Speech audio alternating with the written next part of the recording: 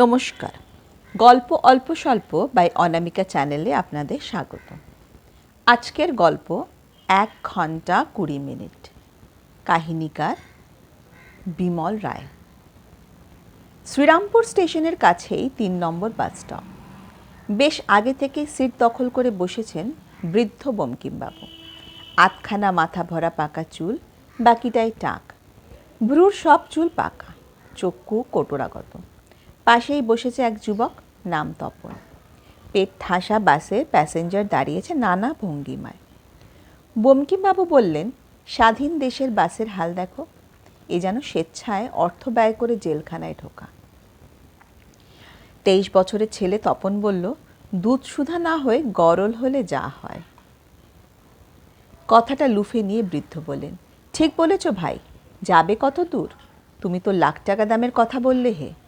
আমাদের যুগে কিন্তু এমনটি ছিল না। সব যুগেই ছিল, তবে কম বেশি। আপনাদের সময় দেশের লোক ছিল কজন? সে কথা অবশ্য ঠিক। তখনকার দিনে 5,55,00,000 বর্গমাইল ভূভাগে বা সারা বিশ্বে লোক ছিল মাত্র 83 কোটি। আর এখন শুধু ভারতেই লোক সংখ্যা প্রায় 80 কোটি। সেকালে সমস্যা ছিল অল্প, কিন্তু স্বাচ্ছন্দ্য ছিল কত বেশি। নদী ভরা ছিল জল, গাভীর বাট ভরা থাকতো দুধ, মাঠে মাঠে ছিল ফসলের বাহার। কত দূর যাবে বললে তুমি? কলকাতার বাগবাজারে। Last stop? আপনি কোথায় যাবেন? আমিও যাব বাগবাজার। কোথায় এসেছিলে? এখানে বুঝি বাড়ি তোমাদের? মাহেশে বাড়ি। বাগবাজারে মামার বাড়ি। মাহেশে বাড়ি? বাহ, পুরীধামের পরেই মাহেশের রথের খ্যাতি। এটা হচ্ছে দ্বাদশ গোপালের অন্যতম পাঠ। দ্বাদশ গোপাল কথাটা শুনেছি অনেকবার, কিন্তু মানেটা বুঝিনি ঠিক, বলল তপন। এ আর বড় কথা কি, চৈতন্যদেব 12 জন ভক্ত নিয়ে নীলাচলে চলেছিলেন। এই 12 জনকে এক একটি কাজের দায়িত্ব দিয়ে সেই স্থানে রেখে তিনি একাই পুরীধামে যান। সমাজে এই 12 জন বৈষ্ণব দ্বাদশ গোপাল নামে খ্যাত।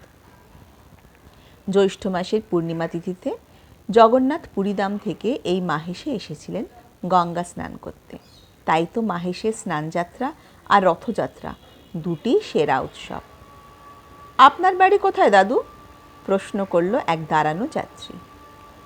বাঁশবেড়িয়া থেকে মাইল 6 দূরে এক গ্রামে।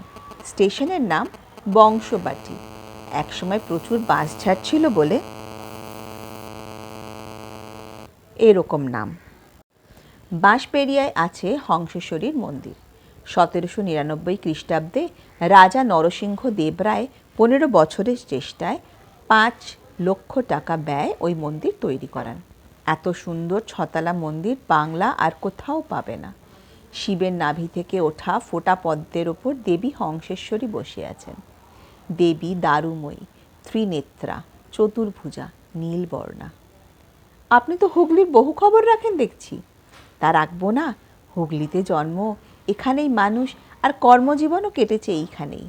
এই যে শ্রীরামপুর থেকে বাস ছাড়ল, এই শ্রীরামপুর হচ্ছে আধুনিক বাংলা সাহিত্য, শিক্ষা ও সংস্কৃতির সূতিকাঘার। আপনার শ্বশুরবাড়ি কোথায় দাদু? প্রশ্ন এলো বাসের অপর এক কোণ থেকে। তারকেশ্বরে, যেখানে দুধ পুকুরে স্নান করলে সকলের মনস্কামনা সিদ্ধ হয়। ওই তারকনাথের কৃপায় বহু লোক দুরারোগ্য ব্যাধি থেকে আরোগ্য লাভ করে। তারকেশ্বরের ইতিহাস একটু বলবেন কি? মানে ট্রু পিকচারটা। ট্রু পিকচার চাও? বেশ, শোনো। বর্তমান মন্দিরটার স্থানে আগে ছিল নলখাগড়ার বহু গাছ। গাছ ভরা ওই নাবাল জমিটার ছিল এক অদ্ভুত শিলাখণ্ড। হরিপালের কাছে রামনগরের রাজা বিষ্ণুদাসের গোশালা ছিল তারকেশ্বরের কাছে। ওই গোশালায় অনেক গরু ওই শিলাখণ্ডের ওপর বাঁট থেকে দুধ ঝরিয়ে দিত। গোরক্ষক মুকুন্দরাম এই ব্যাপারটা রাজাকে জানালো। রাজা এখানে একটি মন্দির তৈরি করে দিয়ে মুকুন্দরামকে ওই শিলারূপী শিব সেবার ভার দিলেন। আপনি সত্যিই জিনিয়াস, বলল একটি ছেলে। জিনিয়াস নয় ভায়া, খবর রাখতে হয়। আমি হুগলি জেলাকে ভালোবাসি। একমাত্র এই জেলার বাসিন্দাদের মধ্যে আছে প্রবল ভ্রাতৃত্ব ভাব, কঠোর উদ্যম আর জ্বলন্ত অগ্নিতুল্য তেজ। এই জেলার জনগণ যেমন সহজ সরল তেমনি উদার। এই দেশের উপর দিয়ে গঙ্গার স্রোত যেন সব কিছুকেই পবিত্র করে তুলেছে। সেই ছড়া শোনোনি? নগর ঘোষকে দূরে রেখে গুপ্তিপাড়ার রথটি দেখে ফিরবে সবে বাড়ি, ঠিক মিটবে মনস্কাম খানাকুলের কাশিধাম ধনে খালির শাড়ি। ওই যে নগর ঘোষ, গৃহশত্রু মানে মির্জাফর, পান্ডুয়া ছিল এই রাজার রাজত্ব। ওই রাজ্যে ছিল একটা কুণ্ডু বা জলাশয়। ওই জল স্পর্শ করলে মৃত সৈনিক জীবন লাভ করত। তাই মুসলমান রাজারা কিছুতেই এই রাজাকে জব্দ করতে পারেনি। ওই নগর ঘোষ যোগী বেশে অন্তঃপুরে ঢুকল।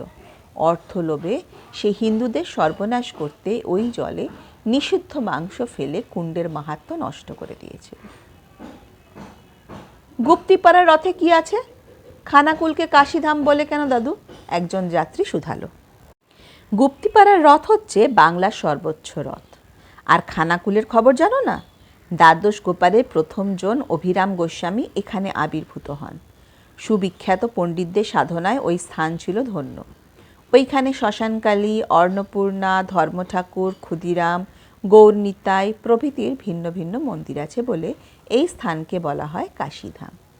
এছাড়া বাংলায় একমাত্র ওইখানে ব্রাহ্মণ ও অব্রাহ্মণদের পোড়াবার জন্য আলাদা শ্মশান আছে।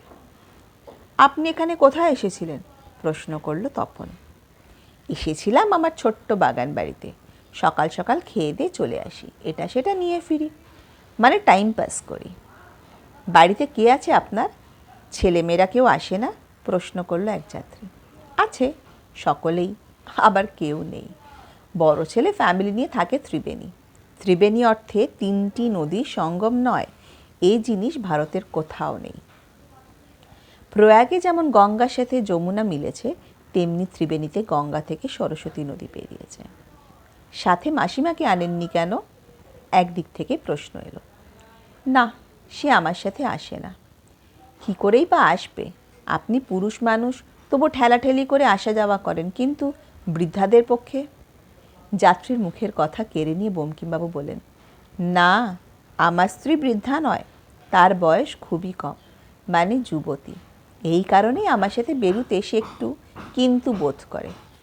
হঠাৎ প্রসঙ্গটা পাল্টে তিনি বললেন, এই যে দাদা, রডের ওইখানটা ধরবেন না, গাড়ি ব্রেক করলে হাত চিমটে যাবে। এই যে ভাই কন্ডাক্টর, টিকিটটা দাও। ওই দেখো, গেটটা ওরা জ্যাম করবেই, ভিতরে এসো না। এরা ডিসিপ্লিন বলে কিচ্ছু জানে না, শিক্ষা দীক্ষা সব লোপ পেয়েছে। শিক্ষা বলে আর কিছু আছে নাকি? এখন তো সবই রাজনীতি, সহজভাবে বললেন কাছাকাছি বসা এক প্রৌঢ়। বঙ্কিমবাবু বেশ ঝাঁঝালো কণ্ঠে বললেন, শিক্ষার আসল অর্থই এরা বোঝে না। শিক্ষার বৈশিষ্ট্যই হচ্ছে স্বচ্ছন্দ গতি, মুক্ত প্রাণ আর নিয়ম শৃঙ্খলা। কী দেখেছিলাম আর কি দেখছি, সব কিছুই ওলট পালট। সর্বস্তরেই এসেছে ধ্বংস। ওই দেখো, মহিলাদের সিটের ওপর ঝুঁকে পড়েছে মোহমুগ্ধ একদল যুবক।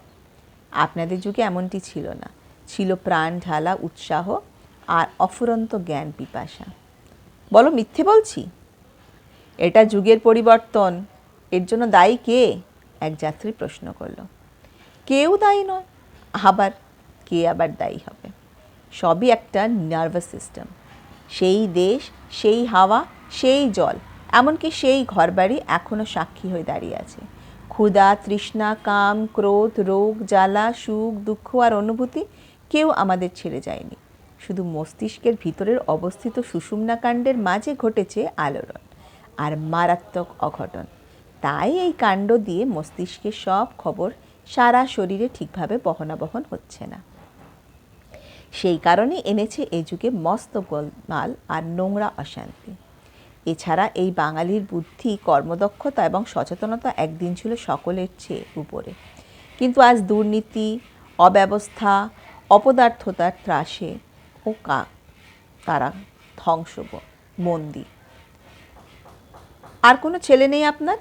আবার প্রশ্ন এলো। আছে, দুটি ছেলে, ছোটটি আছে খুব কাছেই, চন্দননগরে। জগদ্ধাত্রী বিশালাক্ষী দেবীর পুজো এখানে সবচেয়ে উল্লেখযোগ্য। বাংলার ধর্ম বিপ্লব হয়েছে এই চন্দননগরে। আপনার বয়স কত হলো দাদু? প্রশ্ন করলো এক নাতি। 71। 10 দিন পরেই হবে 72। চলাফেরায় আপনার কোনো অসুবিধা হয় না? নো। দাঁত, চোখ, হার্ট, লিভার, কিডনি বেশ ভালোভাবেই কাজ করে যাচ্ছে। বোধশক্তি এখনও বেশ প্রখর। চলার গতিও দুরন্ত। চরিত্রে উদারতা, ভক্তিতে গাম্ভীর্য আর হৃদয়ে প্রেম পূর্ণ রেখে নিজেও আনন্দ পাই আর অপরকেও মুগ্ধ করার চেষ্টা করি। শোক, দুঃখ, হতাশায় ভোগেননি কখনো? ঝুঁকে পড়া একজন জানতে চাইল। নো। কোথায় এলাম যেন? খটিক বাজার না? হ্যাঁ, কি বললে? শোক, হতাশা? না, জ্ঞানীরা মৃত বা জীবিত জন্য শোক করে না।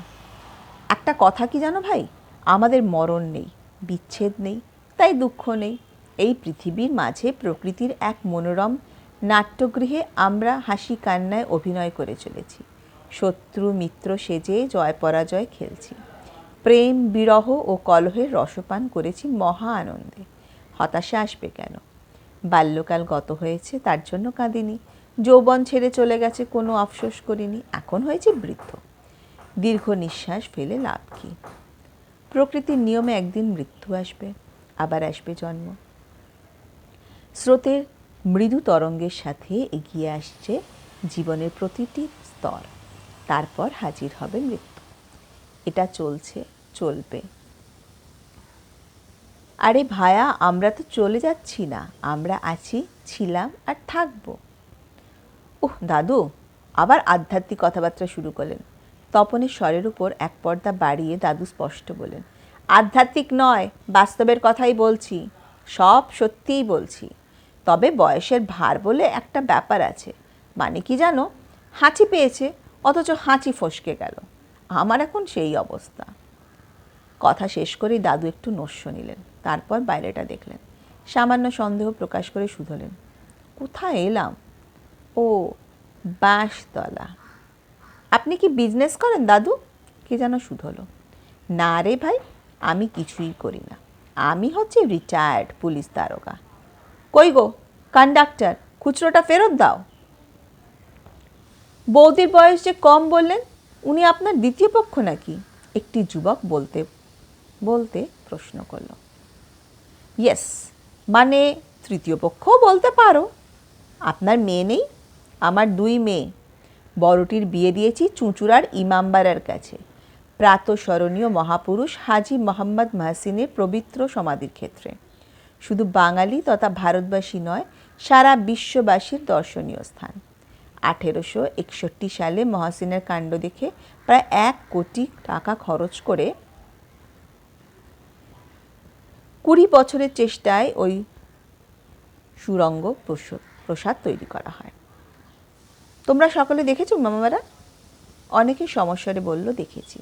একজন প্রশ্ন করল, আচ্ছা দাদু, ভাগীরথীর তীরে পাশাপাশি 6টা সমাধি আছে ওই প্রাসাদের ভিতর দিকটায়, ওগুলো কাদের সমাধি বলতে পারেন? পারি। বাসের টিকিট আর খুচরো পয়সা সযত্নে পকেটে ঢুকিয়ে দাদু একটু ভাবলেন। তারপর বললেন, ওরা হচ্ছে হাজি মোহাম্মদ, দ্বিতীয়জন তার ভগ্নিপতি সালাউদ্দিন খান, তৃতীয়জন হাজির বোন মুন্নু বেগম, আর শেষ 3জন হচ্ছে হাজির মা জনাব বেগম, পিতা আগ মোহাম্মদ মৃতাহার, আর শেষ সমাধি হচ্ছে হাজির গুরুদেব কামাল উদ্দিনের। কি মনোমুগ্ধকর মনোরম দৃশ্য! যেন মনে হয় ওই ছায়াভরা বাগানে শ্বেত পাথরে গাঁথা সমাধিতে 6 জন পাশাপাশি শুয়ে আছে। চুঁচুড়ায় আমি ছিলাম বহু বছর। ওইখানে দিগম্বর হালদারের প্রতিষ্ঠা করা যজ্ঞেশ্বর শিবের মন্দিরটাও খুব প্রসিদ্ধ। চৈত্র সংক্রান্তির 2 দিন আগে থেকে শিবের বিয়ে দেখার জন্য ওইখানে প্রতি রাত্রে কি ভিড়ই না হয়। ছোট মেয়ে কোথায় বিয়ে দিলেন? তপন জানতে চাইল। কামারপুকুর, শ্রীরামকৃষ্ণ মানে গদাধরের গ্রাম। জীবে দয়া ছিল গদাধরের জননী চরিত্রের উজ্জ্বল ভূষণ। রামকৃষ্ণের পিতৃদেব ক্ষুদিরাম চট্টোপাধ্যায় মহাশয়ের ভিটে মাটি বিক্রি করে দিলেন এক কুখ্যাত অত্যাচারী জমিদার। তিনি চেয়েছিলেন ক্ষুদিরাম মহাশয় তার হয়ে একটা মিথ্যা সাক্ষী দিক। তাতে রাজি না হওয়ায় জমিদার অন্যায় আবদারে সাড়া না দেওয়ার জন্যই এই শাস্তি। ছোট জামাইটি অবশ্য ব্যবসা করে ব্যান্ডেলে, থাকেও সেখানে। আচ্ছা দাদু, ব্যান্ডেলের চার্চটি কে তৈরি করেছিল? তা জানি না, তবে শুনেছি ওই গির্জা তৈরি হয়েছিল 1600 শতাব্দীতে। এটি হচ্ছে বাংলার সবচেয়ে পুরনো উপাসনা মন্দির। মনোবাঞ্ছা পূরণকারী এক রোগ মুক্তিদায়িনী জীবন্ত মেরি মাতা রোমান ক্যাথলিকদের খুব প্রিয়। এই মেরি মায়ের মূর্তির মতো এমন অপরূপ মূর্তি পৃথিবীর আর কোথাও নেই। আবার নস্য টানলেন দাদু। ঘাড় বাড়িয়ে বললেন, হিন্দ মোটর স্টপেজ গেল না? এবার আসছে ডিওয়ালজি। বাস বেশ তেজেই চলছিল, হঠাৎ আগুন আগুন চিৎকারে বাসযাত্রীদের হইচই বাঁধিয়ে তুলল। ঘটনাটা খুব ভয়ঙ্কর না হলেও অনেকে ভয় দিশাহারা হয়ে ছুটোছুটি শুরু করলো। আগুন শব্দটা ভয়ের হলেও এই ব্যাপারটি তেমন গুরুতর ছিল না। জনৈক অবাঙালি বৃদ্ধ একটি প্লাস্টিকের ডাব্বায় করে কেরোসিন নিয়ে বাসে উঠছিল। প্লাস্টিকের এক স্থানে সামান্য লিক থাকায় সেখান দিয়ে তেল বেরোচ্ছিল। সে একটি দেশলাই থেকে ভেবেছিল লিক বন্ধ করবে। লিক হওয়া স্থানটা সামান্য গরম করলে ওই প্লাস্টিক একটু গলে গিয়ে লিকটার ওপর এসে জমবে। বেচারা বৃদ্ধ অগ্নিদেবতা তার চেষ্টায় বাদ সাধল। স্ত্রীকে দূরে রেখে শালীকে প্রেম নিবেদন করার মতো ব্যাপারটা প্লাস্টিক ভেদ করে আগুন পৌঁছলো তেলের কাছে। যাই হোক, কোন্নগর বাজারের কাছে বাস থামিয়ে হাঙ্গামার আসল কারণ ওই প্রজ্বলিত ডাব্বাটিকে সাবধানে রাস্তায় ফেলে দিয়ে বৃদ্ধকে নামিয়ে দেওয়া হলো। বিপদ কাটল সত্য, কিন্তু সবচেয়ে বড় ক্ষতি হলো তা হচ্ছে দাদুর তৈরি গল্পের ওপর পূর্ণচ্ছেদ। হইচই, লাফালাফি, চেঁচামেচি থামতে বেশ খানিকক্ষণ সময় লাগলো। একদল নাতি দাদুকে আবার ঘিরে ধরল। এক নাতি প্রশ্ন ছুড়ল, তৃতীয় পক্ষ মানে? দাদু ধীরে বললেন, ব্যাপারটা কি হলো জানো? হিন্দু শাস্ত্র মতে স্ত্রী মরলে মৃতা স্ত্রী আবার জন্ম নেয়, কিন্তু বেঁচে থাকা ওই বিপত্নিক স্বামীটির কি দুর্ভোগ বলো। বড় ব্যথা পেলাম। জানতাম ঈশ্বর যা করেন মঙ্গলের জন্য, কিন্তু এ কোন ধরনের মঙ্গল? আমরা তার কাছে প্রার্থনা করি সুখ, সম্পদ, বিলাস আর সর্বাঙ্গীন উন্নতি। আমরা কিন্তু মৃত্যু চাই না। হয়তো বলবে, কে মরে কে মারে? ব্যথা পেয়েছিলাম যখন আমার প্রথম স্ত্রী মারা গেল, অ্যাক্সিডেন্ট মানে অপঘাতে। কি হয়েছিল দিদিমার? কিচ্ছু হয়নি। কুম্ভমেলায় গিয়েছিলাম, আমি ফিরলাম, কিন্তু ভিড়ের মধ্যে সে পড়ে গেল। যখন খুঁজে পেলাম তাকে চেনা গেল না। মানুষের পায়ের চাপে সে শেষ নিঃশ্বাস ত্যাগ করলো। কিছুই করার ছিল না ভাই। ছেলেমেয়েরা তখন স্কুলে কলেজে পড়ে। সুখের মতো দুঃখকেও সাগ্রহে গ্রহণ করলাম। তখন আমার বয়স 45। পুনর্বিবাহের প্রয়োজনও যেমন ছিল তেমন ছিল অনিচ্ছা। 12টা বছর একাই হাল ধরলাম। মেয়ে দুটোর বিয়ে দিলাম। ছেলে দুটোর চাকরির ব্যবস্থা করে তাদেরও বিয়ে দিলাম। চাকরিস্থলে অন্যত্র যেতে হলো তাদের। বাড়ি ফাঁকা, আমি একা। অর্থের অনটন ছিল না, স্বাস্থ্যও ছিল অটুট। অনেকে নানা আপত্তি এড়িয়ে শেষকালে ঈশ্বরচন্দ্র বিদ্যাসাগরে শরণাপন্ন হলাম।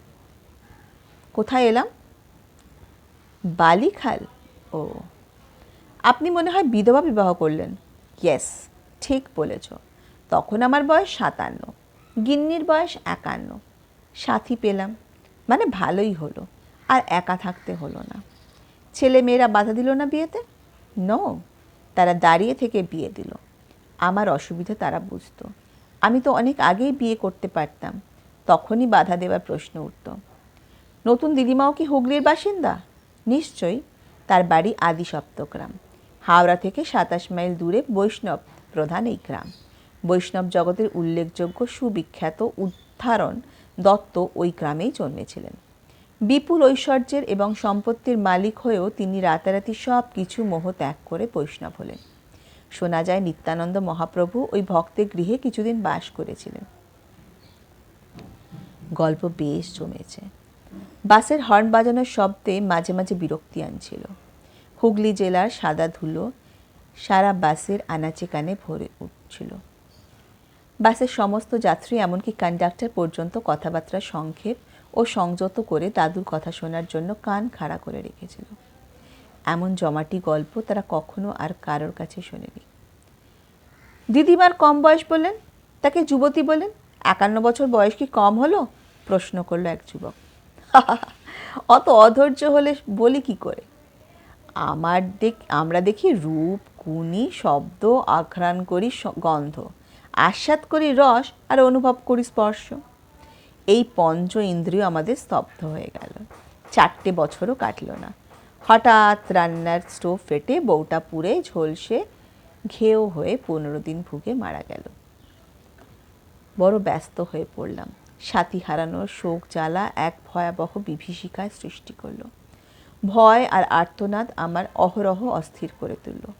সর্বশক্তি মানের এই হলো বিচার। দেবে যাহা করে তাহা কে করে অদৃশ্যা। ঈশ্বরের ইচ্ছা হেন খেদ করা বৃথা। তবু মন মানে না। আটপোড়া ঘেও কুকুরের মতো বাড়ি ছাড়া এক সমস্ত ফেরারি আসামির মতো প্রচণ্ড মানসিক যন্ত্রণায় ছটপট করে চারিদিক ছুটোছুটি করতে লাগলাম। সে এক জমাট নির্জনতা। এহেন নির্জনতা সহ্য করতে পারা হয় পশু কিংবা দেবতা। যোগাভ্যস্ত সাধকেরও এই সংযম সহজসাধ্য নয়। বঙ্কিমবাবু হঠাৎ চুপ করলেন। মনে হয় একটু দম নিলেন। একদল যাত্রী নিঃশব্দে এক বৃদ্ধের জীবন ইতিহাস শুনছে। গল্পের শুরু কোথায় তা কারও মনে নেই।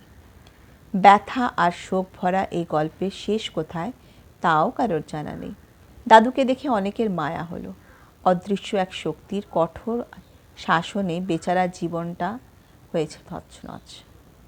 এই সেই মানুষ যিনি 3 টাকায় এক জোড়া নকশা পার শাড়ি আর 9 শিকে এক জোড়া মিলের মিহি চিকন ধুতি কিনেছেন। এই মানুষের বাল্যজীবনে কন্ট্রোল ছিল না, কিউ ছিল না, আর ছিল না ব্ল্যাক মার্কেট। অদম্য উৎসাহ, উদ্যোগ আর পরিপূর্ণ সম্বিত বুকে জমিয়ে ইনি কাটিয়েছেন এতগুলো বছর।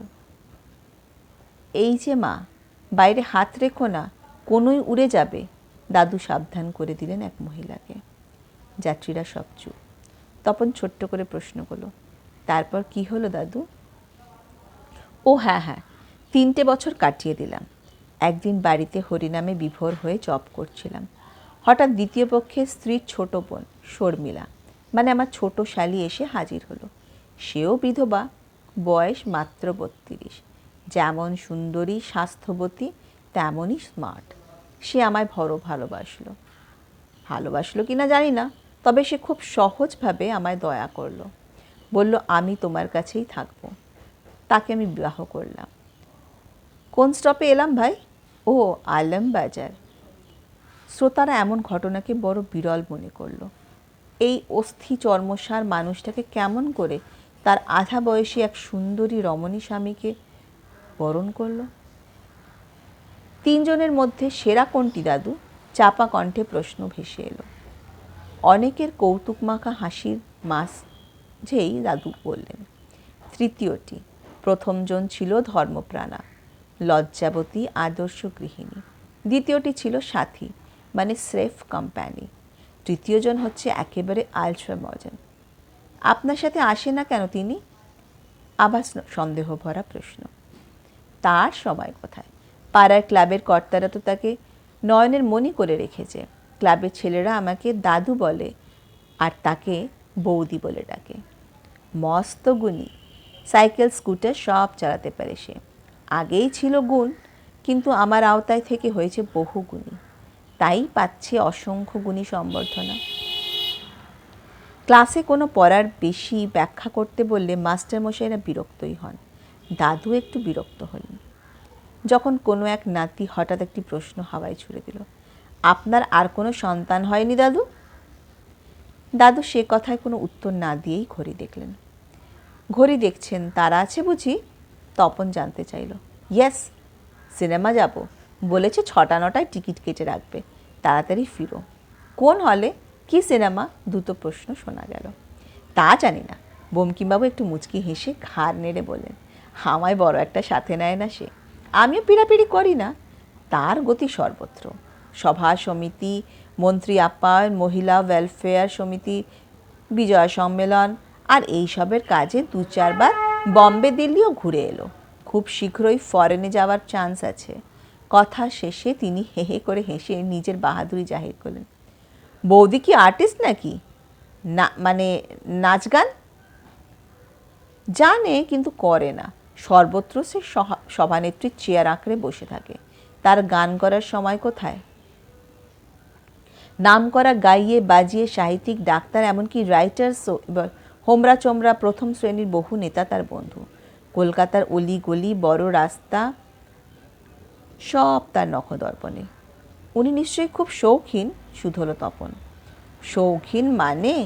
এসো না একদিন আমার বাড়ি, দেখবে সারা নিউ মার্কেট ঢুকে পড়েছে আমার সব কটা ঘরে। শত শত দেশি বিদেশি শাড়ি, হাজার রকমের ইমিটেশন গহনা, কত রং বেরঙের কসমেটিক্স, তিনটে আলমারি ঠাসা। আজই এসো না, ঢুকেই সামনে দেখবে ওর গ্রন্থাগার। উত্তর পাড়ার ভারত বিখ্যাত জয়কৃষ্ণ পাঠাগারের মতো সেও নানান জীবন কাহিনী, ইতিহাস, ভ্রমণ কাহিনী জোগাড় করেছে। রবীন্দ্র শরৎ আর বঙ্কিমের লেখা সব রকম বই পাবে সেখানে। প্রায় 11,000 পুস্তক সংগ্রহ করেছে শর্মিলা, আরও পাবেও। একদিন নিশ্চয়ই যাব আপনার বাড়ি। এই শেষ বয়সে সব সঞ্চয় তাহলে ওইসব কিনতেই খসে গেছে আপনার? ভুল, তেমন বোকামি সে করে না। সে কিছুই কেনে না, সব কিছুই গিফটে পাওয়া। কোন স্টপেজ এটা? সিঁথির মোড়, এরপর চিড়িয়া মোড়, তারপর পাঁচমাথা। তুমি যাবে তো এসো। বাগানের জিনিসগুলো সিটের তলা থেকে বার করি। এই নাও, তুমি একটা হাতে নাও। এই তো নেমেই বাড়ি। খুব ভারী লাগছে না তো? বাগবাজারে গাড়ি থামা মাত্রই বঙ্কিমবাবু নেমে পড়লেন। এক মুহূর্ত সময় নষ্ট না করে তিনি হনহনিয়ে চলতে আরম্ভ করলেন। দম দেওয়া পুতুলের মতো গ্রহের গতি অনুসরণ করে উপগ্রহরূপী তপনও লাফাতে লাফাতে হাঁটতে লাগলো। বাঁকু বিহারী সাহা পলিক্লিনিকের পাশ দিয়ে রাস্তা। খানিকটা গিয়েই তপন বলল, না আজ আর যাব না, এই তাড়াহুড়ো করে, তাছাড়া নো, তা হবে না। কথা যখন দিয়েছো তখন যেতেই হবে তোমাকে। ওই তো বাড়ির ছাদটা দেখা যাচ্ছে। পুলিশের চাকরিতে বেশ দুটো পয়সা কামিয়েছিলাম, তখনই বাড়িটা করেছি, বুঝলে। এত কাছে এসে না দেখে যাবেন হয় না। ওই তো দোতলা বাড়ি, এই তো সবুজ গেট। দাও থলিখানা দাও। একটু দাঁড়াও তো, আগে খবর দিয়ে তোমায় ভিতরে নিয়ে যাব। গেটের সামনে গিয়েই বঙ্কিমবাবু থমকে দাঁড়ালেন। গেটে দাঁড়িয়েছিল বাড়িছি পিছলি। থলি দুটো তাড়াতাড়ি ধরে নিয়েই সে বলল, আপনার দেরি দেখে এই মাত্র দিদিমণি বেরিয়ে গেলেন, এখনও পৌঁছননি রাস্তায়। বেরিয়ে গেল? মনে হয় ওই রাস্তা দিয়েই গেছে। তাড়াতাড়ি এসো তপন, ঠিক তাকে ধরে ফেলবো। ওই যে বলেছিলাম না, সবই যুগের হাওয়া। আমরা বিবেকানন্দও নই আর শঙ্করাচার্যও নই। রক্ত মাংসর এই কাঠামোটার মাঝেই দোষ, গুণ, ত্রুটি, বিচ্যুতি, ন্যায়, অন্যায় সব সাজানো আছে। দ্বারবাসিনীতেও শ্মশান আছে, আবার ত্রিবেণীতেও শ্মশান আছে। ত্রিবেণীতে অত ভিড় কেন? একজনের সাথে অন্যজনের তফাৎ প্রচুর। এই জগতে কে পুণ্যবান, কে ধার্মিক, তার বিচার করবে কে? সর্বগ্রাসী ও সর্বনাশা নেশা, জুয়া, মদ বা অন্যান্য যেসব উপসর্গ মানুষকে উচ্ছৃঙ্খল আর সর্বহারা করে, আমি সেই দলে সভ্য নই। বলতে পারো তপন, বিচার করতে পারো, তবু আমি আজ এত অসহায় আর নিঃসম্বল কেন? কেন সব কিছুর অধিকারী হয়েও আমার অস্তিত্ব এত বিপন্ন? প্রশ্ন খুব সহজ আর পরিষ্কার। মাকড়সার জালে আটকে পড়া মাছির মতো তপন বড় অসহায়। এই প্রশ্ন চাঁদ সূর্যকে করছে বহুবার। এইভাবে বিপন্ন হয়ে ভোরের নিষ্পাপ শিশির বিন্দু বৃক্ষরাজির কোমল কচি পাতাগুলোকে করছে এই প্রশ্ন। কেউ কি যোগ্য উত্তর পেয়েছে কখনো? তপনও চুপ করে রইল। ঘাড় সোজা করে দ্রুত চলতে চলতে বঙ্কিমবাবু আবার শুরু করলেন। কেউ কাউকে চিনল না ব্রাদার। যারা আজকে রাশিয়াকে নিয়ে মাতামাতি করছে, তারা কি জানে স্টালিন মাসে 23 দিন থাকতো গ্রামে আর মাত্র 7 দিন থাকতো শহরে, শহুরে মুখোশ পরে? ঈশ্বরকে মানতেন না মাও সেতুং। এর অর্থ কি? এই যে বুদ্ধদেবের অস্তিত্বে তার সন্দেহ ছিল। কেউ বলে নিমাই ভগবান, তাহলে শ্রীকৃষ্ণকে? যার যা খুশি বলছে, শুনছে, করছে, সবই একটা লক্ষ্য, এক ভিন্ন পথ। মাদ্রাজের পুরোহিত সত্যিকারের নিরামিষাশী, কিন্তু বাংলার পুরোহিতের মাছ না হলে ভাত রোচে না। সব কিছু সহ্য করতে হবে ব্রাদার, প্রতিবাদ করলেই বিপদ। সব কিছু সহ্য করেই তো আপনার কাটছে। আপনার মতন এমন সহ্য শক্তি কজনের আছে বলুন তো? চলার ছন্দ বজায় রেখে বলল তপন, না আর সহ্য করতে পারছি না। অসহ্য লাগছে এই পার্থক্য। বৃদ্ধরা আজ সমাজের সর্বত্রই অবহেলিত ও অবাঞ্ছিত। শুধু তোমরা কেন, সকলেই হারিয়েছে এই নিঃসঙ্গ অসহায় বৃদ্ধদের সম্মান, শ্রদ্ধা ও সহানুভূতি দেখাবার প্রয়োজন বোধ। এটা আজ সত্যি একটা জাতীয় প্রশ্ন। সরকারেরও এর জন্য নিয়ম করে কিছু একটা করার প্রয়োজন। সরকার করবে? ছ্যা, যারা দশের বা দেশের জন্য সারা জীবন তিলে তিলে প্রতিটি রক্তবিন্দু ঢেলে দিল, সেই দেশের মাঝেই তারা মরছে, হয় না খেয়ে কিংবা ভিক্ষা করে। দেখো ব্রাদার, আমার প্রতিটি পঞ্চকেশা অনুপরমাণুতে মিশে আছে শুধু হায় হায় আর্তনাদ। দলে দলে আজ আমাকে বুড়ো বলে উপহাস করে, ভেংচি কাটে, গায়ে কাদা ছিটিয়ে দেয়। তার মানে বৃদ্ধদের বাঁচার অধিকার নেই? তাহলে তাদের গুলি করে হত্যা করে না কেন? কী করব বলুন? বৃদ্ধদের তো কোনো অন্যায় দেখি না, তারা সম্পূর্ণ নির্দোষ। একরকম চিৎকার করে বঙ্কিমবাবু বললেন, সাবধান, খুব সাবধান ব্রাদার, কখনো বৃদ্ধ হয়েও না। যদি হও, কারোর সামনে বেরিও না, বেরুলেও কারোর সাথে কথা বলো না। তোমার কথা, তোমার উপদেশ শুনে তারা তোমায় পাগল আখ্যা দেবে। আর শেষ কথা বলি, বৃদ্ধ বয়সে তরুণী বিবাহ অ্যাবসার্ড, ব্ল্যান্ডার। বৃদ্ধস্ব তরুণী ভারচা, এ হচ্ছে সুগার কোটেড কুইনাইন। বড় জ্বালা, বড় মারাত্মক, আর ভীষণ ভয়াবহ। বৌদির কিন্তু উচিত ছিল আপনার জন্য অপেক্ষা করা, বলল তপন। না না, তার সমালোচনা করো না। শর্মিলাকে বাইরে থেকে দেখলে হয়তো নিন্দার যোগ্য মনে হবে, কিন্তু মাই ডিয়ার, ওর মনের পর্দা সরিয়ে ভিতরে প্রবেশ করলে দেখবে ওর মাঝে কোনো অনাচার বা অসামাজিক কিছু নেই।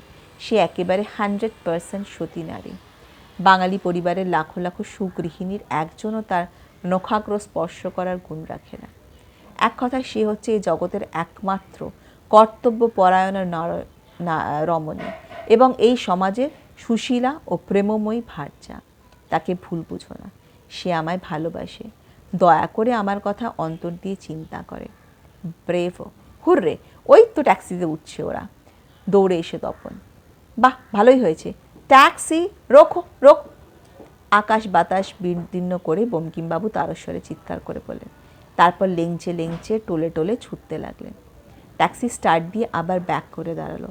প্রথমে নামলেন একজন স্যুটটাই পরা স্মার্ট প্রৌঢ়, তারপর শর্মিলা। কাঠগড়ার আসামির মতন দাঁড়ালেন বঙ্কিমবাবু, তার পাশে দাঁড়ালো তপন একই ভঙ্গিতে। বঙ্কিমবাবুর শেষ বয়সের স্ত্রী, এক ধনী, উদাসীন ও ভাবস্মাদী বৃদ্ধের সহধর্মিণী শর্মিলা। শাড়ির নিম্নভাগ বাঁ হাতের দুটি আঙুলে ঈষৎ তুলে ধরে এসে দাঁড়ালো দুজনের মাঝখানে। তপন তন্ময় হয়ে চোরা চাউনিতে দেখল শর্মিলাকে। এ কি মানবী না দেবী? ভদ্রেশ্বরের ভদ্রকালীর পাথরের মূর্তির কোমল ও সজীব মুখখানি যেন শর্মিলার মুখে বসানো। তার চোখের দৃষ্টিতে এমন ভীষণতা আর মাধুর্যের অদ্ভুত মধুর সমন্বয় বড় একটা কোথাও দেখা যায় না। শরীরে হিল্লোল তুলে ঘাড় উঁচু করে শর্মিলা বলল, ইনি হচ্ছেন head of the department of বেঙ্গলে, মিস্টার দাশগুপ্ত। এনার সাথে সিনেমা যাচ্ছি। তোমার এই ঠান্ডায় না যাওয়াই ভালো। বাইরে ডিনার খেয়ে ফিরব। রাত হলে ভেবো না, তোমার খাওয়ার ঠাকা দেওয়া আছে। বিজলিকে সন্ধে দিতে বলো, ওষুধ খেতে ভুলো না, কেমন? দুজন আগন্তুকই বোবা। যে বঙ্কিমবাবু শ্রীরামপুর থেকে 21টা স্টপ শুধু গল্প করে ঝড় তুলছিলেন, এখন তিনি স্তব্ধ নির্বাক, শুধুই শ্রোতা। তিনি এখন এক মনে শুনে নিলেন হাজারো নিষেধ আর সাবধানবাণী। তপন হাঁ করে তাকিয়েছিল শর্মিলার মুখের দিকে। শর্মিলার এক রাশ ঢেউ খেলানো চুলের মাঝে ছিল জলজলে সতীচিহ্ন। পরনে আকাশি রঙের বিদেশি পিছল শাড়ি, নাকে কানে গলায় ছকছকে ঝলসে ওঠা হিরে, কোমর ভরা একটু বেশি মেদ। তপনের দিকে তাকিয়ে মুচকি হাসল শর্মিলা। ছেলে ভালানো ঢঙে বলল, আজ থাক, আর একদিন এসো ভাই, আলাপ করব। মুহূর্তে পিছু ঘোরা শেষ করে শরীরে 7টা ভাঁজে ঢেউ খেলিয়ে দিয়ে শর্মিলা ট্যাক্সির ভিতর ঢুকল। ট্যাক্সি মিলিয়ে গেল শ্যামবাজারের 5 মাথার মোড় দিয়ে। ট্যাক্সির গতিপথে দৃষ্টি রেখেই বঙ্কিমবাবু প্রশ্ন করলেন, কেমন দেখলে হে তপন? তপন পাশে ছিল না। দাদুর খপ্পর এড়াতে সে এই সুবাদেই সদ্ব্যবহার করতে 3 লাফে সামনের একটা ফাঁকা বাসের আড়ালে দাঁড়ালো এবং ঘাড় লম্বা করে লুকিয়ে দেখতে লাগলো বঙ্কিমবাবুকে। তার সারা অনুভূতিতে তখনও মাখানো শর্মিলার রূপ লাবণ্য, গৌরব আর মিষ্টি ব্যবহার। তপনের খুব ভালো লাগলো ওই শর্মিলা বৌদিকে। আজ পর্যন্ত সে যতজন বৌদিকে দেখেছে বা চিনেছে তাদের মধ্যে সর্বসেরা হচ্ছেন ওই বৌদি। আরও খুশি সে যখন ভাবল তার অতীতের স্মৃতিতে যত গল্প আটকে যাচ্ছে তাদের মধ্যে সবচেয়ে সরেস ও মিষ্টি গল্প সেইটে, যেটা বলতে সময় লেগেছিল 1 ঘন্টা 20 মিনিট, অর্থাৎ গল্পের আয়তন 15 মাইল, শ্রীরামপুর থেকে বাগবাজার। তপন দুঃখ পেল। দীর্ঘ নিঃশ্বাসকে অনেকক্ষণ চেপে ধরে সে স্পষ্ট দেখল ব্রিটিশ আমলের 6 ফুট 9 ইঞ্চি লম্বা পুলিশ অফিসার বঙ্কিম হালদার তার জরাজীর্ণ কঙ্কালটাকে অতি কষ্টে বহন করে এক অন্ধ বৃদ্ধ ভিখারির লাঠি নিয়ে রাস্তা পার হওয়ার মতো ধীরে ধীরে এগিয়ে যাচ্ছেন। অতীতের ও বর্তমানের সবটুকু হিসাবের বোঝা এবার ঠিক জমা পড়বে ভবিষ্যতের অনিশ্চিত স্বপ্নময় স্মৃতিপটে।